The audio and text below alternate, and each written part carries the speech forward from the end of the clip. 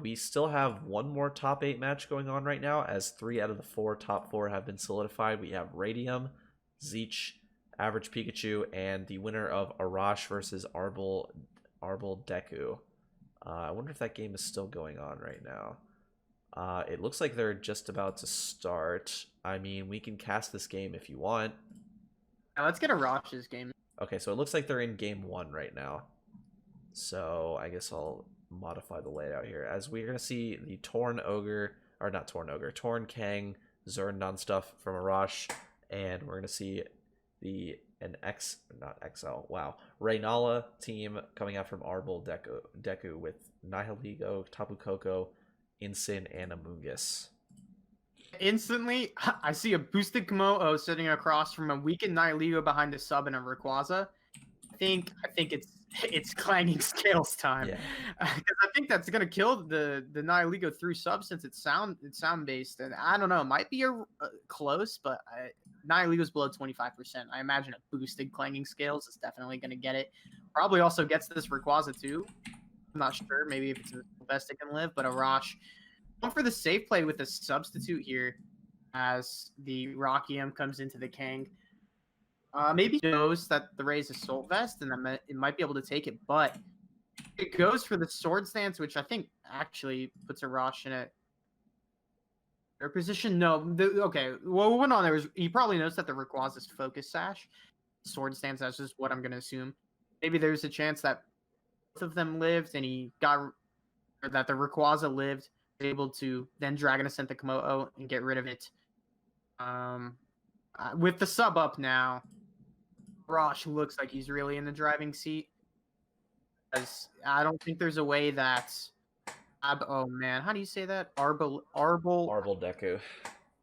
ArbolDeku. I think there's no way that ArbolDeku can handle this Xerneas and this Komodo both at the same time. Just the clanging scales gets rid of the Nihilego, brings Ray down the sash. If Ray wants to get rid of the sub, gets rid of the sub, but that means this Xerneas is getting boosted, and you just hate to see that. Yeah, this Ray is definitely. Is it Sash? Have we seen its item? Oh, we haven't seen its item, but I think since it's a Sword Stance variant, they mainly run Sash. Well, it could also be Pinchberry, because the Swords Dance variants also like to run Pinchberry, which it actually is Pinchberry. So bulky enough to eat the scales. Yeah, and this allows Xerneas to get the +2 up here. And wait, what did Rayquaza do that last turn? You went for extreme speed to get rid of sub. Oh, to get rid of Komodo's sub, yeah. But now with 2 boosted Pokemon on Arash's side of the field, it's looking pretty rough, to say the least.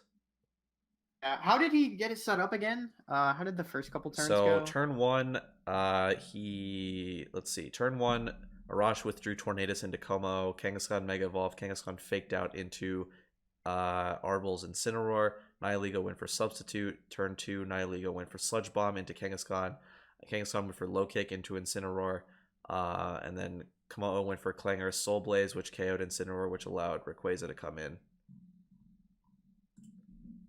That was pretty well pivoted by Arash, getting his Komodo on the field at that time, right? Because you'd think that ArbolDeku has proper Komodo answers, with a Rayquaza, right? With a Lunala, right? With a Tapu Koko, right? They're all like mons that handle Komodo decently well. But Arash able to get Komodo on the field at the right time, which let him get the boosts off and gave him the ability to deal with it. And Arash cleans up this game. Yeah, Arash was just able to out-set up ArbolDeku there. Just getting that Komodo up, which just let it pretty much just click clanging scales, and the threat of that clanging scale is just against ArbolDeku's team was just too much for it to handle, and that just allowed pretty much Xerneas a free setup. Yeah, pretty much just allowed Xerneas a free setup, and once that Xerneas got set up, it was all curtains from there. But going into this game 2, yeah, I'm not sure how ArbolDeku is going to adjust here, because he definitely needs to mitigate that Komodo. He definitely needs to mitigate both forms of setup from Arash's side. The problem with ArbolDeku, right, is trying to deal with the Torn lead, because And he has Tapu Koko and Cineroar, which might be able to do something. He can't really use his Lunala that well because obviously Kang Out Speeds hits huge damage, so he can't really match Tailwinds that effectively. He can match Tailwinds, probably less than 50% of the time, or yeah, less than 50% of the time. He can match Tailwinds. And even if he does match Tailwinds, the next turn the Kang can still just bite it again. It's hard for him to really gain pressure against Kang Torn here. To, find a way that he can finagle around. Maybe he can like use Lunala to try to bait an attack, and he can't even lead Lunala and Incineroar because then he just gets fake out taunted. So maybe he has to beat Lunala Incin, read that, and just get rid of the Tornadus. But if that happens, Groudon's coming in, and then Groudon has Thor out of position. I don't know. It's kind of hard to map out in the way. Maybe he could try to use his Lunala to bait the bite and switch into Incineroar for that slot while he sets up a sword stance on his Rayquaza. But even then he doesn't get the Tailwind up, and whenever Komodo wins, Komodo does Komodo things. So it's kind of hard to map out a definitive game plan for ArbolDeku here. I think maybe his best bet is just to go Incin and Torn or something like that. But he wants to go with the Nihilego Incin. Or yeah, that's what I meant. I said Incin Torn Incin, but Nihilego Incin is it's okay. You can either trade fake outs or you can, get rid of the Torn as it sets up Tailwind. So we'll see what they decide to go for here.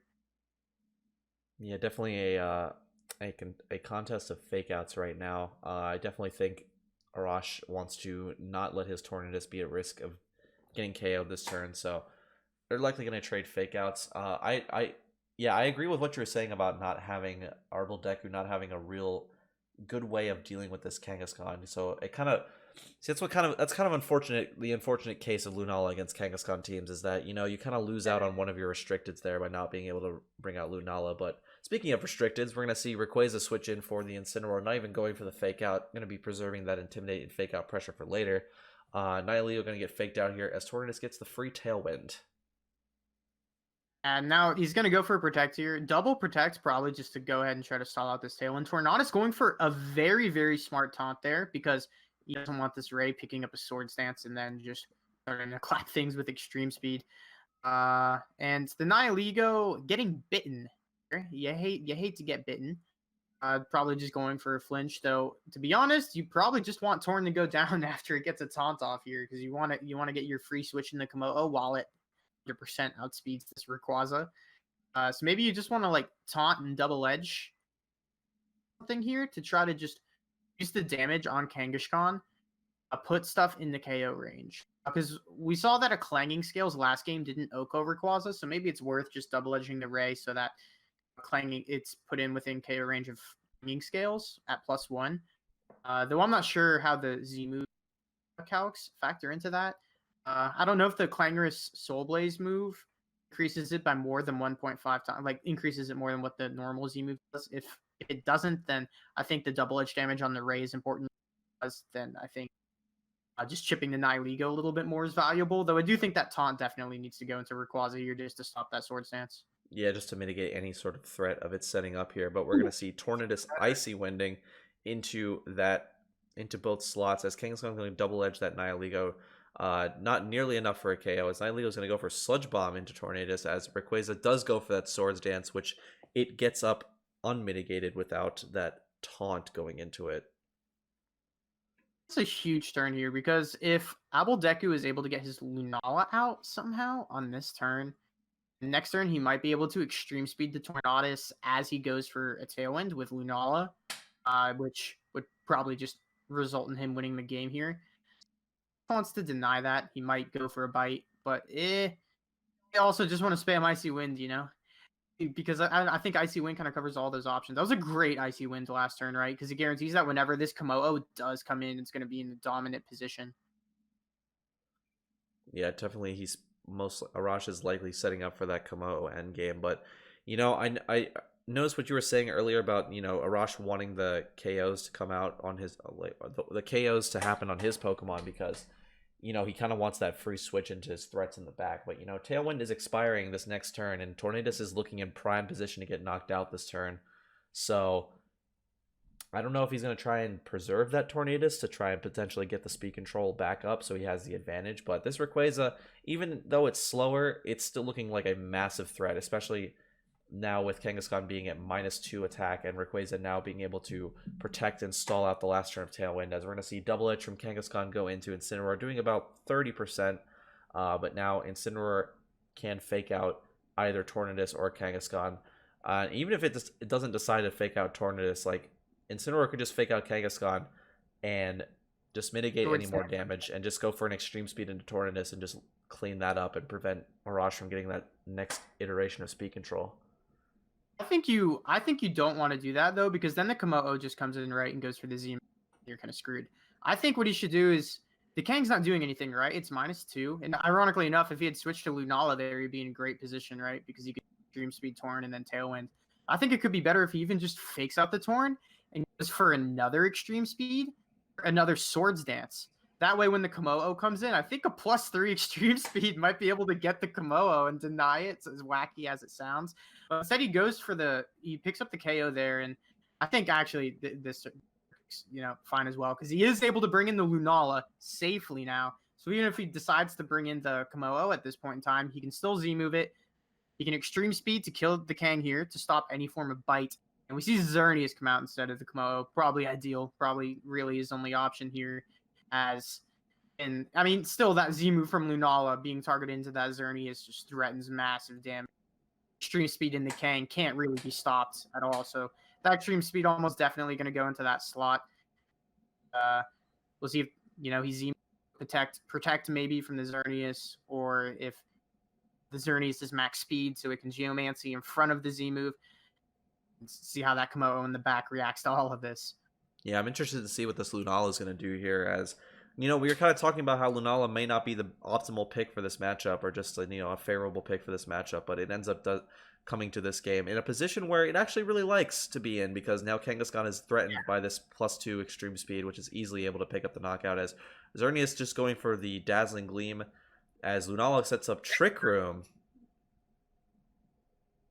which is interesting. That's interesting. I don't know if it. I was kind of expecting just a Z move to barrel off into that Xerneas. Have we seen all 4 Pokemon? Oh yeah, he still has the Nihilego in the back, right? Yeah. Okay, so I don't know. Maybe I'm kind of surprised that the Z move just didn't pop off there, because he probably wants to save the Z move. I don't know. Trick Room's not the worst play in the world, definitely not. You see that double protect there as he tries to bait that Z move. Josh does. And also stall out fake out pressure, bait the Z move both at the same time. I guess in this position, the Komodo, does it really fear Psyshock from Lunala? What is the Xerneas fear here? If it's max speed, that Z move into Xerneas plus maybe a Flare Blitz from Incineroar is definitely enough to pick it up, and then Lunala can defeat the Komodo with a Psyshock plus help. So I think ArbolDeku maybe has the resources to go on to win this game, assuming he has a Lunala that's slower than this Xerneas, and he can just double into it on this turn. Yeah, we're going to see him actually get a double protect on the Komodo here, as the Z-move, Z-move double target into the Xerneas, going to be easily enough to pick up the KO here.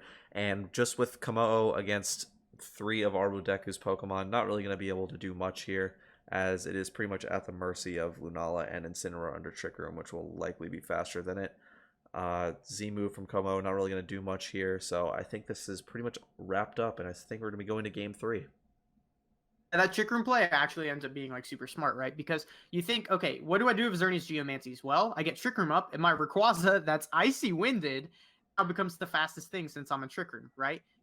So that Trick Room play ended up working wonders. And if the Xerneas, that critical hit was unfortunate. Wait, what?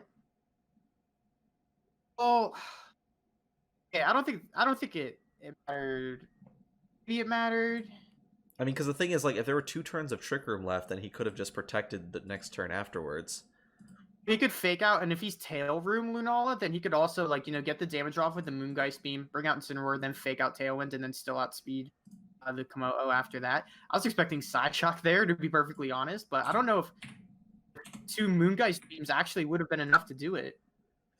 And how much health was Incineroar at? Like 50%. Okay, like a I little think that's bit. enough. Yeah. Yeah, I think it would have been enough to live Clanging a scales, clanging scale. probably. Yeah. Runegeist beams plus an attack from Incineroar might have been enough to get it, even without the crit. Though I can't really say with any form of certainty. I mean, yeah, the crit is unfortunate there because it does kind of eliminate any chance Arash had winning that game, but it was definitely not looking like it was in his favor. Um, yeah, I was kind of honestly expecting the Lunala to be out to outspeed Komodo under Trick Room because usually I think some Tail Room Lunalas are slower than normal Lunalas, so. But that's interesting information here, knowing that it's indeed faster than Komodo outside of Trick Room. So that'll be some good information for Arash carrying into the next game. But yeah, we're just gonna hop right into it. Game 3 of top 8 between ArbolDeku and Arash. We're gonna see Kangaskhan and Komodo against Incineroar and Rayquaza. This is a great lead from ArbolDeku here because if the Kang wants to fake out the Incineroar, Dragon Ascent's free into this Komodo slot. Kang wants to fake out the Rayquaza, then ArbolDeku's fine trading fake outs here. Because of that, I think either player could potentially just fake out and switch here. Arash, I know Arash is very keen on reading switches as like plays, right? So if he thinks that, well, I mean, I don't think ArbolDeku is going to switch you. I don't think there's really a reason to. Dragon Ascent, right? Arash is really the one that needs to switch from the Dragon Ascent. So Arash probably just wants to maybe fake out and switch or just stay in an attack. Depends on how fast either of them are. And we'll just see fake outs trade. Yeah, we're gonna see the trading of fake outs here. I haven't been really paying attention too much. I don't know how fast this Rayquaza is because usually these berry Rayquazas like to be a bit on the slower side, but It outsped Komodo on the flinches, so Ray's faster. yeah, I wonder if it's faster than Kangaskhan though. Probably not. I would assume it's not. But I mean, -1 will live with the edge. Dragon Ascent in slot and a free U-turn from the Incineroar into the Kang as well. So I do imagine he doesn't Dragon Ascent U-turn here. Real switch-ins for the Dragon Ascent either, so it's just damage. Then he can U-turn safely into Lunala as well. Yeah, we're gonna see Incineroar switch in, give that -1. -1 Dragon Ascent easily able to pick up that Komodo, and the U-turn coming out from ArbolDeku's Incineroar, and we'll see what it decides to go into here. I would maybe assume Nihilego? Probably not Lunala. Yeah. I was gonna say you could get Lunala stuff that's one, but at this point in time, facing across from that Incineroar, exactly. Yeah, we're gonna see Nihilego come in here as Xerneas comes out for Arash. Now, I mean, I guess in theory you could fake out Geomancy here if you're Arash, but I mean that kind of allows either a Dragon Ascent from Rayquaza going into Xerneas or a possible Swords Dance if ArbolDeku's feeling a little saucy. He could just go for Swords Dance, but I mean I don't know how much that really helps him in the long run because speed not doing enough damage. But you probably just want to take the Dragon Ascent damage here because you have to think about it as it's Dragon Ascent damage plus extreme speed. Yeah, because you can also get the extreme speed off after you get off the Dragon Ascent. So you probably expect maybe like a double to the Xerneas here with just Dragon Ascent Sludge Bomb. Yeah, just trying to get as much damage off as possible as the Dragon Ascent goes into Xerneas, not doing a lot of damage at all, as we're going to see the Geomancy come up. And now, I mean, Xerneas can pretty much get rid of this Rayquaza and whatever it wants to switch into, but Nihilego, I don't know if we've seen Nihilego's poison type. Is it Sludge Bomb? Did we see Sludge Bomb? It's got to be Sludge Bomb, right? And the thing is, also there's Incineroar and Kang, and Xerneas versus Nihilego. Nihilego's kind of happy to face off against all three of those things. So Nihilego in a pretty good position here. Rayquaza, you probably just want to switch out so that you can get your extreme speed uninhibited back. Plus, Rayquaza, deals with Incineroar late game. You don't want to have your Lunala stuck late game facing Kang Incineroar. So you could probably actually see Ray switching either to Incin or the Lunala here. Maybe Lunala, just because Lunala doesn't touch otherwise. Gives you a potential like speed control option. So you could maybe like switch to Lunala, protect Nihilego, switch to Lunala, go for Sludge Bomb in the Xerneas. I think actually it's better maybe to go to Incineroar, right? Because you switch to Incineroar, Sludge Bomb Xerneas. That way, if Incineroar, he protects Xerneas and U-turns to get his Kang out for fake out pressure, you can match that fake out pressure with your own Incineroar. So probably switching Ray to Incin here might be be optimal. It's at 100% health, so it can even take a Moonblast if there's a read. And Sludge Bomb into the Xerneas here puts it within extreme speed range of maybe even Intimidated Rayquaza. I'm not sure. Definitely in KO range of Unintimidated Rayquaza. So I think for ArbolDeku, it's forward, and Arash is forced to react to the switch Sludge Bomb into Xerneas. Yeah, Nihilego definitely in a pretty good spot here. Rayquaza, yeah, like you said, is probably going to want to switch out here. But I'm curious as to see what this Nihilego decides to do. If he decides to target down the Incineroar, perhaps predicting a defensive play coming out from Arash's Xerneas. Because I guess, I mean, barring, I guess we haven't seen this, we haven't seen the Poison type move on Nihilego.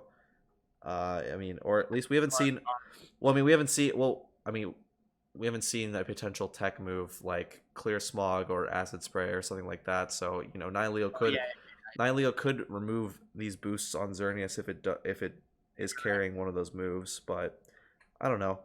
I mean, Nihilego's in a pretty good spot here. It doesn't really fear Xerneas too much unless it decides to go for a Moonblast into it. That'll do a pretty decent chunk to Nihilego. But I mean, other than that, Nihilego's still in a pretty good spot here. But we're going to see a Protect coming out from Xerneas here as Rayquaza is going to go for the E-Speed. And the Rocky MZ going out into the Kangaskhan switch in. Will this be an... Oh, it just barely misses out on the knockout. And this allows Kangaskhan to get a Fake Out this next turn. And Xerneas a free hit. I think that was an insanely risky play, right? Because for Ross, just Dazzling Gleams there, that might be the game, right?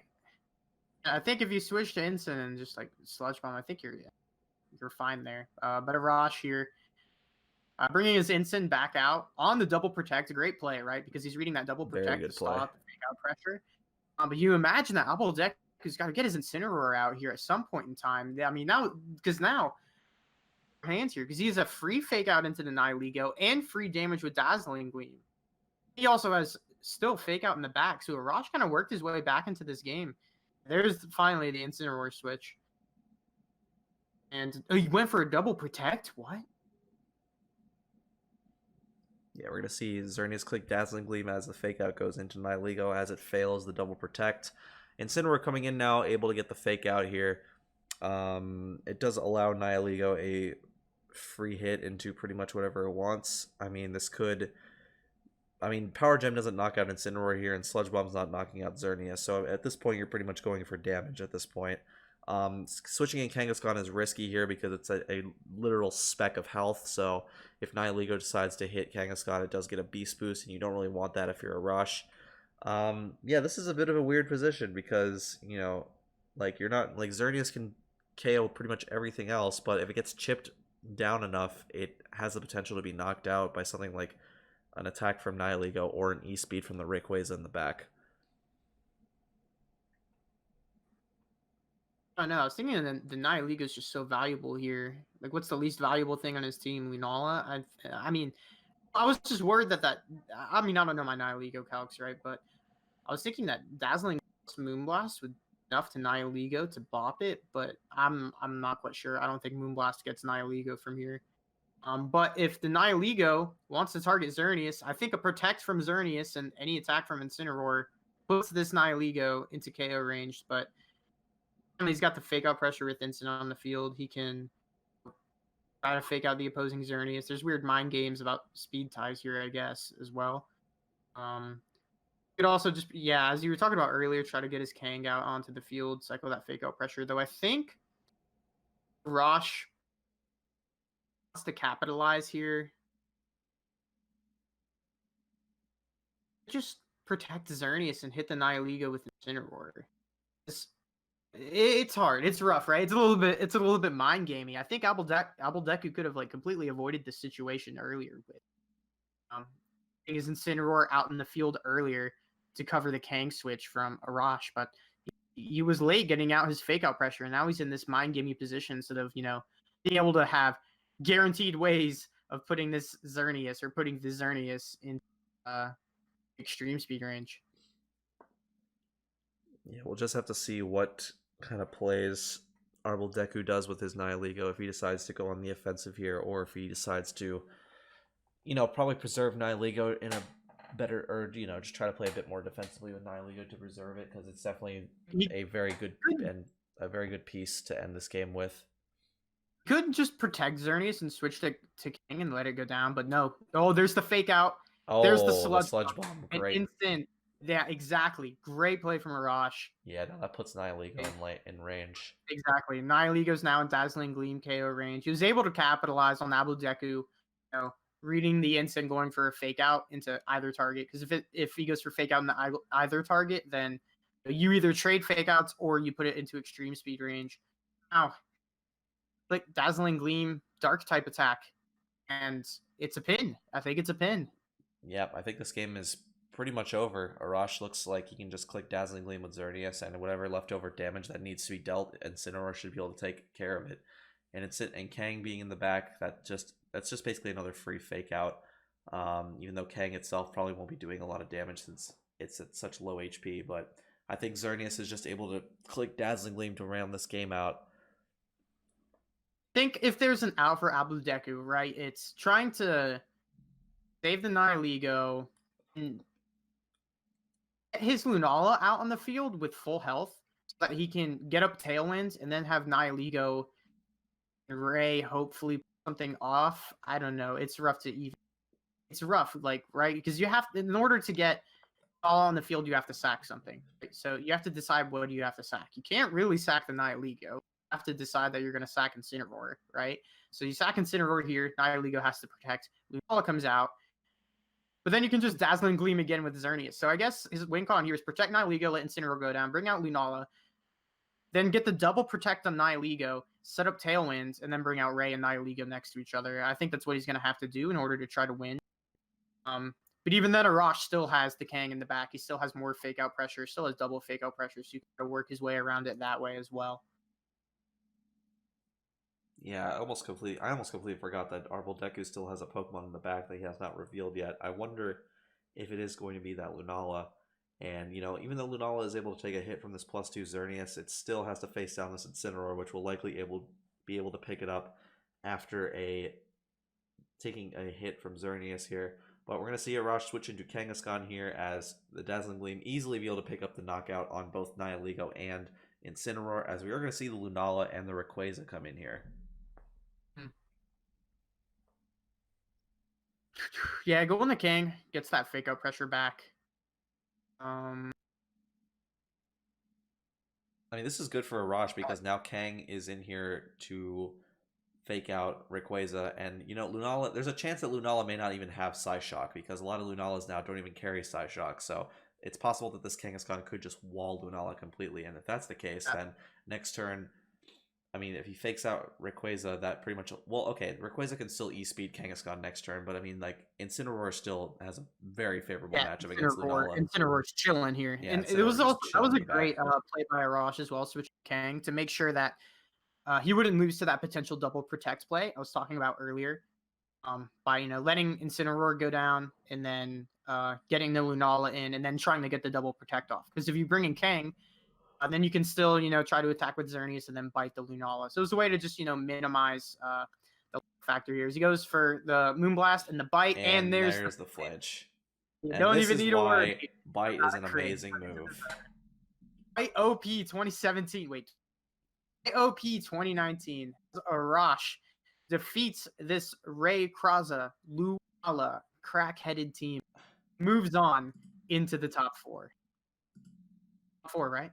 Yeah, this is top 4 now, and it looks like they're ready to hop into top 4 immediately, because I think these players have been waiting. So it looks like we will be able to stream both top 4 matches, as the TO Zelda has instructed the top 4 players to wait until one match concludes. So we're going to have 2 consecutive matches back to back, and I believe the first match coming up here will be Zeche, I don't know what to pronounce it. Zeche versus Average Pikachu, and then after that it'll be Arash versus Radium. So I think we're just waiting for these players to get into it. Yeah, have we featured all these players? Have we featured all these players on stream before? I believe so. Yeah, because we have Average Pikachu running the Araquanid team. We have When it Arash and the with Bash Lele this. too. Yeah, we have Arash with this team with the Kang Torn stuff. Then we have Radium, who was running the. Honestly, I don't even remember. Yeah, but it looks like they're taking a little bit of time to start up. We'll be right back. We're going to take a quick break as we fix the stream and wait for these matches to start. We'll see you guys in a bit.